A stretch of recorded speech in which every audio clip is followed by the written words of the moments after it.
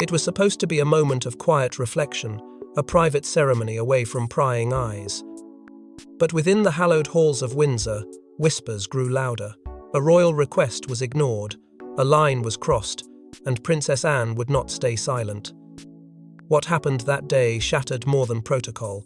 It exposed a web of silent rebellion inside the palace walls. Before we go deeper into what this really means for the royal family, make sure to subscribe so you don't miss a single update. And as that unease settled into the bones of those who witnessed it, a far darker truth began to take shape, hinting that this breach was no accident at all, but a sign of shifting allegiances and quiet insubordination that had been building long before Catherine set foot inside that ceremonial chamber.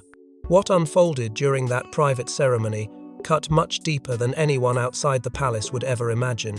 Catherine entered the room carrying the weight of something profoundly personal, something that demanded respect, sensitivity, and unity from every person involved. The air was thick with meaning, tied perhaps to a private memorial the public was never meant to know about, or a spiritual moment marking a chapter she endured quietly, away from cameras and commentary. Yet, despite the sacred nature of the event, small but calculated disruptions emerged the moment her instructions were given. Items meant to be placed with meticulous care were missing, timing she requested was disregarded, and the staff moved not with discipline, but with an unsettling slowness, as if intentionally testing the boundaries of her authority. In a royal world built on precision, these deviations weren't mere mistakes, they were signals. Catherine felt the shift instantly. She had spent years navigating the palace with grace, absorbing its unspoken rules and mastering the delicate balance expected of her. Yet in that moment, she sensed something entirely different, a quiet refusal to uphold the respect she had earned. The maids avoided her eyes, carrying out tasks with a stiffness that bordered on defiance. And while she maintained her composure, her heart registered a deeper discomfort because she recognized patterns she had seen before, patterns that had once isolated and overwhelmed Diana. In this hushed room, Catherine felt a fracture opening beneath her feet, subtle yet unmistakable. Princess Anne's sudden entrance changed everything. She was not expected to attend, nor was she required to oversee staff behavior. Yet she appeared with a presence that broke the room's tension in an instant.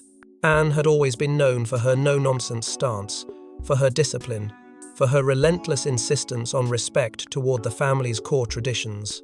But the fire in her eyes that day was something else, something sharper, something protective. She noticed the missing items, she observed the delayed movements, she noticed the sideways glances, and she recognized, with a clarity that comes only from decades inside the monarchy, that what Catherine endured was not accidental, it was coordinated. Palace communications tightened almost immediately after the ceremony concluded. Doors closed. Messages were delivered by hand rather than through staff channels. A subtle lockdown unfolded within minutes as senior figures moved quickly to contain whatever had been set in motion, because this wasn't about misplaced items or careless staff. This was about power, loyalty, and a brewing internal struggle that someone had been quietly testing for far too long. Catherine's quiet authority had been challenged, and Anne was not going to let it slip unnoticed or unanswered. And while most would assume this was nothing more than a household dispute, those closest to the throne knew better. They knew that every small crack in protocol revealed a deeper weakness in the palace's foundation. But the real story didn't begin in the ceremony. It began hours earlier, in a hallway lined with silent staff and silenced orders. The morning was quiet, too quiet. For those who've worked inside the palace long enough, silence doesn't bring calm, it brings danger. Royal maids moved with unusual hesitation. Orders passed from Catherine's quarters were met with evasive glances. Something was brewing. Something even she didn't fully understand yet. In the earliest hours before the private ceremony, there was a subtle, creeping shift in the atmosphere. Staff, who normally moved with trained, near-silent efficiency, suddenly began pausing too long in doorways, exchanging glances that lingered just a second too long. The tension wasn't loud, it was woven into the rhythm of the palace itself. Catherine, ever the portrait of composure, had submitted specific, unusually personal directives the night before. It wasn't uncommon for her to make requests regarding privacy or ceremonial layout, but this time, it was different. This time, every detail carried emotional weight, from the choice of floral arrangements to the exact placement of chairs and screens. It was clear this moment meant more than protocol. It meant healing, or closure, or memory.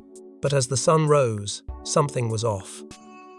3 senior maids, each with over a decade of service, were among the first to respond unusually.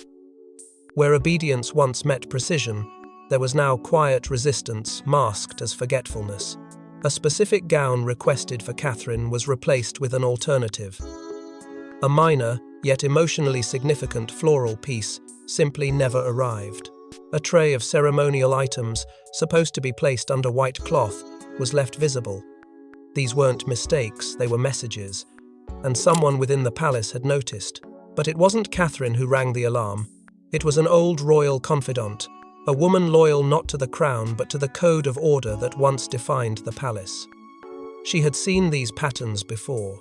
She saw it years ago, when Diana's dignity was slowly chipped away under the guise of accidents. And now, she saw it again in the same corridors, through the same invisible hands. This quiet informant reached out to Princess Anne, bypassing formalities. She knew Anne wouldn't be swayed by flattery or excuses. Anne operated by instinct, and she acted when the family's foundations were threatened, especially when the target was someone who'd earned her respect. Within hours, Anne was aware of the discrepancies. She studied the timing, the breaks in service, the intentional misalignments, and then one final piece confirmed her suspicion: a sudden repositioning of the in-house camera team. The internal crew, instructed not to film the event, had been quietly redirected just enough to potentially capture moments Catherine had intended to remain private. It was no longer just about maids. It was about manipulation. It was about someone trying to control the narrative from the inside out. And for Catherine, standing amidst the chaos masked in silence, the realization began to dawn. Her voice had not only been ignored, it had been silenced. She had asked for something sacred, something sincere, and instead, she was met with quiet defiance, dressed as formality. Her eyes scanned the room, watching gestures that didn't match words. The smiles were thin, the movements rehearsed. She was not among loyal staff, she was among players in someone else's silent game. Her posture remained perfect, but inside, the hurt was sharp, immediate, and personal. She was not merely being overlooked, she was being tested, but it would take just one glance from Anne, just one cold, calculating look to turn this silent defiance into a royal reckoning. Anne doesn't raise her voice. She doesn't need to. When the Princess Royal walked into the staff corridor, heels echoing like a war drum, time seemed to freeze. For decades, she had tolerated incompetence, but this wasn't incompetence, this was sabotage, and now, she would name it. The mere fact that Anne had crossed the threshold of the staff wing was enough to send ripples through the palace. It was not her domain. She didn't monitor maids or reprimand staff for lateness. Her role had always hovered above domestic affairs, reserved for ceremonial presence and royal duty. But that morning, with Catherine's dignity hanging in the balance and silence tightening its grip around the truth, Anne descended, deliberately, calculated. Her presence alone fractured the atmosphere. Conversations cut off mid-sentence. The air thickened with dread. The Princess Royal, known for her severity, was on the warpath, and everyone knew the target was inside those walls. She didn't shout. She didn't accuse. She simply stood in the corridor, eyes narrowed with razor-sharp clarity, and asked one question. Who ignored the Princess of Wales? There was no wiggle room in her tone, only quiet fury. No one responded at first. Then, slowly, 2 senior housemaids stepped forward, speaking in rehearsed fragments, weaving phrases like miscommunication and timing error into the air like lifeboats. But Anne wasn't listening for explanations. She was listening for lies, and she heard them in every breath they took. Her stare tore through the polished veneer of excuses. One by one, The staff tried to shift blame onto junior workers, onto scheduling mix-ups, onto outdated protocol. But Anne saw what they were too afraid to say aloud. This was no accident. This was a silent protest, a quiet revolt masked in etiquette. Beneath the uniforms and curtsies was a rot she could no longer ignore. The defiance wasn't new. It had been festering, spreading, and now it had reached Catherine, a woman Anne had quietly come to respect not just for her composure, but for her strength in a family that had devoured many before her. With a calm that only made the tension more unbearable, Anne walked deeper into the corridor, her gaze lingering on each face. There were no formalities. No, Your Highness could soften what came next. She named names. She recited the chain of instructions Catherine had issued. She listed the failures, one by one, not as oversights but as betrayals. The maids stood frozen, stripped of their defences. They weren't being reprimanded, they were being held accountable. Yet this moment was not just about the ceremony. It was about the palace's structure buckling under the weight of divided loyalty.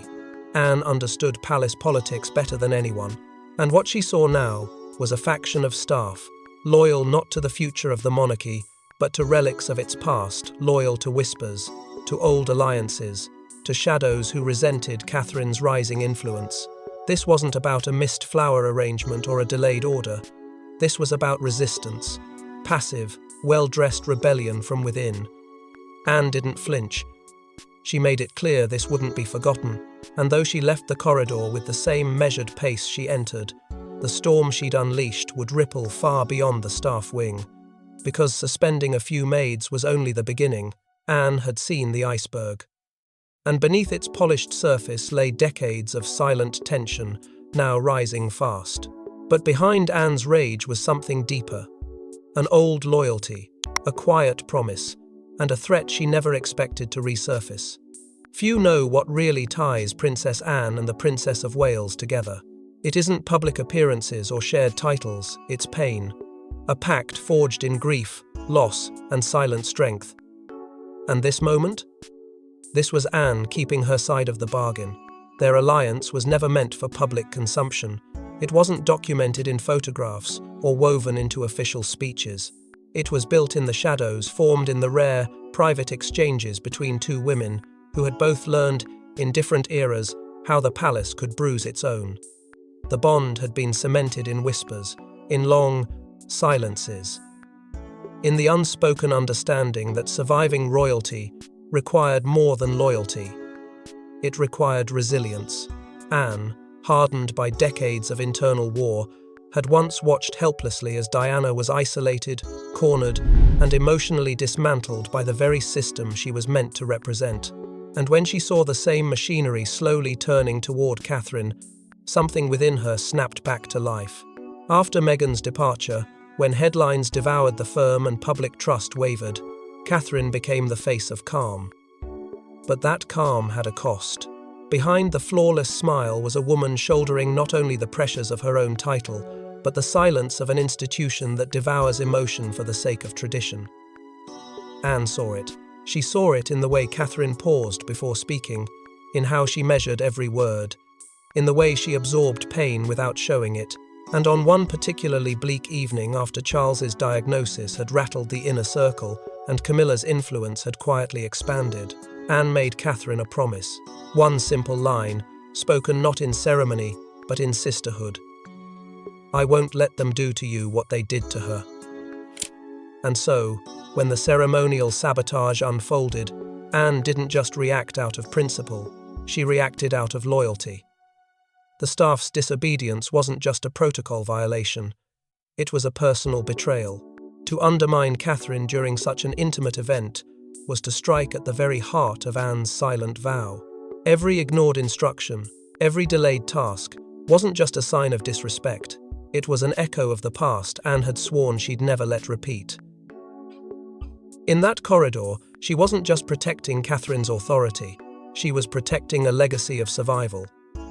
She was protecting herself, because buried deep within Anne was a guilt she rarely acknowledged, a gnawing sense that she hadn't done enough when Diana was drowning behind the palace walls. She hadn't stepped in. She hadn't spoken up. She had watched as her brother's wife unraveled under pressure no one should endure alone. And now, years later, with another woman standing in the same line of fire, Anne's silence was no longer an option. By confronting the Maids, by freezing the rebellion in its tracks, she wasn't just standing up for Catherine, she was reclaiming a piece of her own past. This wasn't about discipline, it was about redemption. It was about finally drawing a line in the sand and daring the institution to cross it again. Because for Anne, this wasn't politics. This was personal. And the message was clear. Catherine was not to be touched, not by staff, not by whispers, not by anyone. But while Anne dealt with staff disloyalty, Catherine was dealing with something far more dangerous being erased from within her own ceremony. There was a reason Catherine wanted no cameras, no press, no tiaras, only silence. But what should have been a sacred ceremony became a performance interrupted by invisible strings, and, when those strings pulled, everything unraveled. The truth about the ceremony remains deliberately veiled. Nothing official was ever said.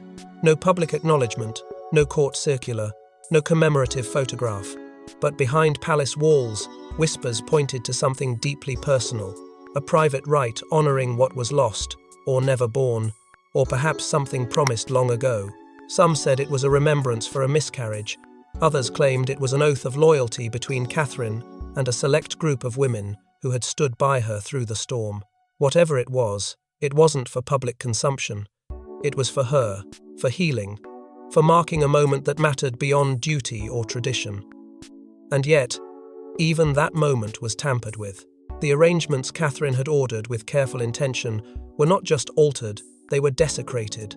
Candles that should have been placed at precise corners were missing altogether. The white flowers chosen for their quiet symbolism were replaced with sterile, generic decor that stripped the space of any personal meaning. Seating positions had been changed. Attire suggestions were ignored. And while everything appeared polished to an untrained eye, to Catherine, it felt like sabotage stitched into protocol. She stood tall, as always.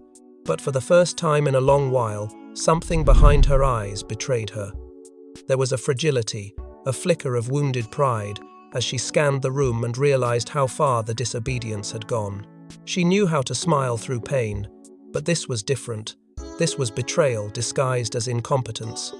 As the ceremony unfolded, she tried to reclaim the moment. She adjusted her tone. She reached out to a maid to make a simple correction, one she shouldn't have had to voice. And when she did, she broke protocol. She spoke directly, quietly, but firmly. And what she received in return wasn't obedience. It was indifference. A silent dismissal. A look that said, "You don't control this." That single moment cracked the entire performance. Because Catherine wasn't surrounded by loyalty, she was surrounded by placeholders. And among them, someone was pulling strings. That someone became clearer later. One of the senior maids involved, it turned out, had served for years under Camilla's household. She had been known for her precision and was once praised for her discretion. But now, that discretion had a new master. The ceremony that was meant to soothe Catherine's soul ended instead with a calculated erosion of her authority. And though the final bow was given, and the final words were spoken, the ritual ended not with peace but with humiliation, expertly cloaked behind royal poise. She walked out of that room, carrying more than sorrow. She carried the weight of being watched, challenged, and diminished, all in the one moment that was meant to be hers alone. And though no headline would report it, and no statement would confirm it, something inside her shifted. She had been silenced long enough. But humiliation breeds fury, and in the private quarters of the palace, Catherine's next move would shake even her closest allies. She always plays the role. Graceful, measured, smiling. But not that night. That night, the Princess of Wales shattered the glass mask. What began as whispers became a storm, and in a single outburst, Catherine made it clear she would no longer be ignored. In the quiet aftermath of the ceremony, when the doors were closed and the guests dispersed, Catherine didn't retreat to her quarters with silent dignity. She didn't bury her emotions in tradition. She erupted, with Anne, William, and her private secretary as the only witnesses, the woman who had endured years of public scrutiny and internal resistance let the fury take shape.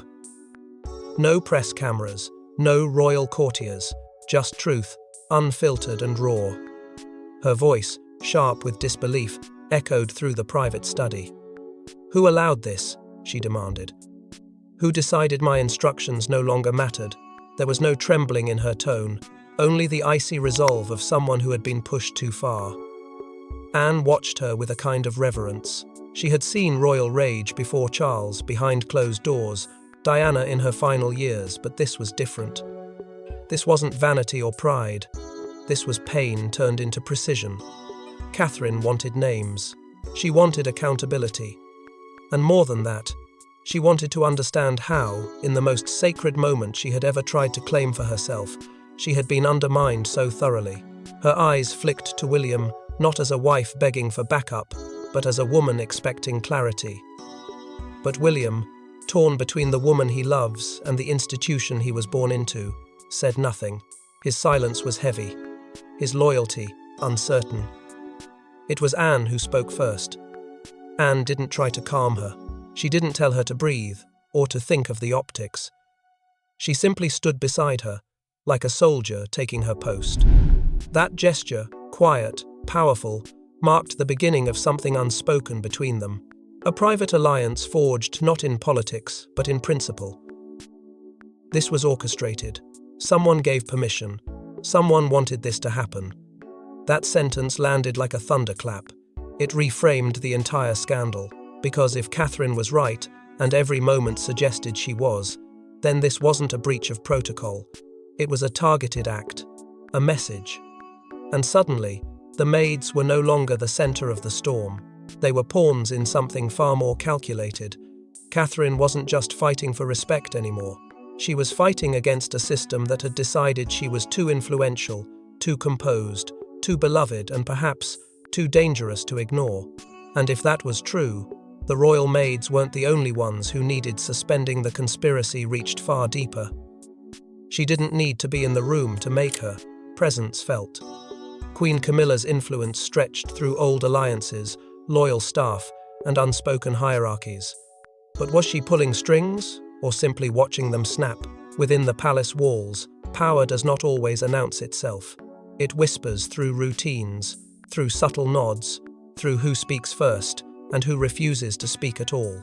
And no one had mastered this quiet dominance more than Camilla. As queen consort, she rarely needed to issue commands. Her authority ran deeper, embedded in decades of carefully cultivated loyalty, particularly among those who had risen with her from the halls of Clarence House to the grand rooms of Buckingham Palace. It was no coincidence that several of the maids involved in Catherine's ceremony had once served under Camilla during her ascent. These were not just staff. They were loyalists, and their silence, their hesitation, their cold compliance, it didn't feel accidental anymore. It felt rehearsed. There had always been a line between Camilla and Catherine, outwardly respectful, ceremonially united, but behind closed doors, the air between them remained cool. Catherine represented the future, a modern face the public adored. Camilla, by contrast, was the symbol of compromise, of survival, of strategic patience. She had weathered scandal and emerged untouched, her crown sitting lightly yet unshakably atop her head. But as Catherine's star rose, some within the palace whispered that Camilla viewed her not as family, but as a rival. And if that rivalry spilled beyond whispered tensions into staff corridors, then everything Catherine endured during the ceremony began to make horrifying sense. What if it wasn't about disobedience? What if it was loyalty misplaced, but deliberate?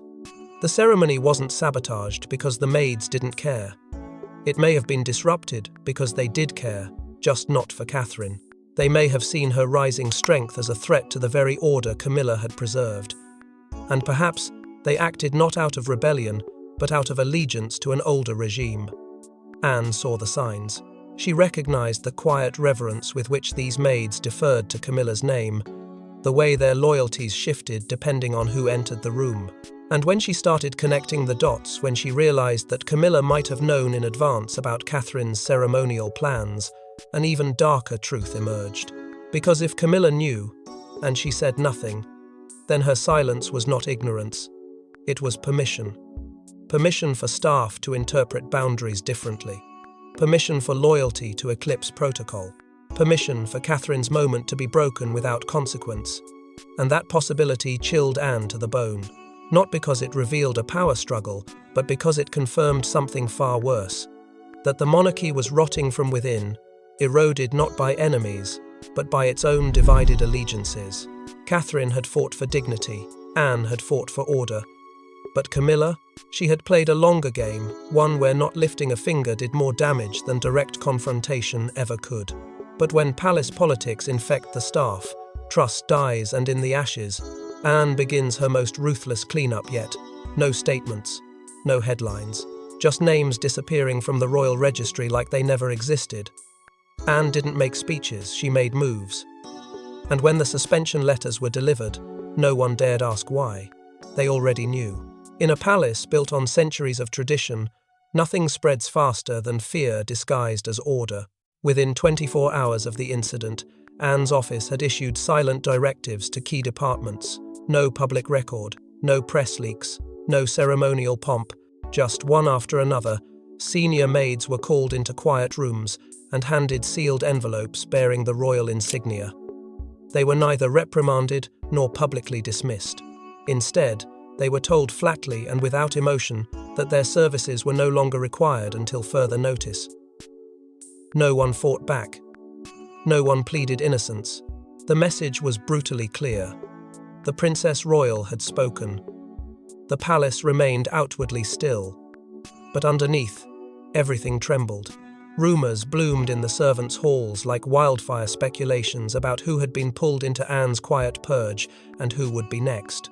The chain of command, once invisible and automatic, suddenly felt exposed and unstable. Junior staff moved with rehearsed politeness, whispering through corridors, their eyes darting with a paranoia no announcement had caused but every silence had confirmed. The halls were colder, the routines sharper, and loyalty, once assumed, was now being scrutinized. Anne had seen enough to know this wasn't about one failed ceremony. It was about a breach in the monarchy's internal wiring. The maids weren't merely suspended for disobedience. They were suspended as a warning, a signal that the old, unspoken alliances were no longer untouchable. That the unchallenged grip of Camilla's inner circle was beginning to loosen. One maid, when privately questioned, cracked. Tearfully, she admitted she hadn't made a decision on her own. She'd been following someone else's voice. She didn't name names. She didn't need to. The implication hung in the air like smoke. They had acted under the influence of a power that still lingered in the shadows of every hallway. Anne didn't stop at suspensions. She redrew the staff hierarchy, repositioned authority, and personally approved every new appointment connected to Catherine's household. Trust had become currency, and Anne ensured Catherine's ledger was no longer in the red. For the first time in weeks, the Princess of Wales felt the weight of her position shift back toward her favour. But she also knew this wasn't resolution. It was retaliation. And retaliation, in a palace this political, always comes with consequences. And in a final twist, Anne takes one more step, one no one. Expected that will send shockwaves across the monarchy. She didn't raise her voice. But she didn't have to. When Princess Anne walked into Queen Camilla's drawing room, every word was measured, every breath deliberate. This wasn't an accusation, it was a warning. One queen might sit on the throne, but another just declared war in silence. Anne had never cared for theatrics. She didn't deal in passive aggression or hidden messages. She believed in precision, in speaking only when it mattered, and this, now, mattered more than anything in the kingdom. The staff suspensions, the whispers in the corridor, the quiet chaos surrounding Catherine's ceremony, they had all pointed in one direction. And now, Anne stood face to face with the woman whose silence had spoken volumes, not as a subject, not even as a sister-in-law, but as a force in her own right. Camilla greeted her with the same curated calm that had become her trademark. A smile that meant nothing, a nod that gave nothing away. But Anne wasn't there to exchange pleasantries. With no preamble, Anne laid it bare. "You may not have issued the order," she said, "but your fingerprints are all over it." The words hung in the air like smoke. She detailed the connections maids who had once served Camilla's inner circle, shifts in palace protocol that mirrored her influence, the odd timing of leaks and lapses that had conveniently targeted Catherine's most private moment, and above all, the silence that allowed it to happen, the silence that allowed loyalty to bend in the wrong direction. Camilla didn't interrupt. She didn't deny. Her stillness was practiced, polished by decades of surviving scandal, whispers, and second glances. She offered nothing. No apology, no acknowledgement, just that maddening, careful neutrality that the firm had perfected. And that, Anne realized, was the real danger. Camilla didn't need to act. She only needed to remain still while others did it for her. But Anne wasn't there for a confession. She was there to draw a line. "You and I both know," she said, voice low but unwavering. "This family is crumbling from the inside. And if Catherine falls, we all fall." It wasn't sentiment. It was survival. Catherine, for all her poise and restraint, had become the anchor of public faith in the monarchy. To chip away at her was to risk collapse not just of image, but of trust. And Anne, who had given her life to duty, would not watch that collapse happen in silence. There was no screaming, no slammed doors, just two women locked in an icy detente where every syllable was a dagger. This was not a truce. It was a warning shot across a velvet-lined battlefield. As Anne turned to leave, she paused, offering one final truth, a promise that cut deeper than any title. "You control the crown," she said. "I control what happens behind it." But in the game of crowns, the quiet ones often strike hardest, and what Anne set in motion may redefine the future of the monarchy itself. Thanks for watching.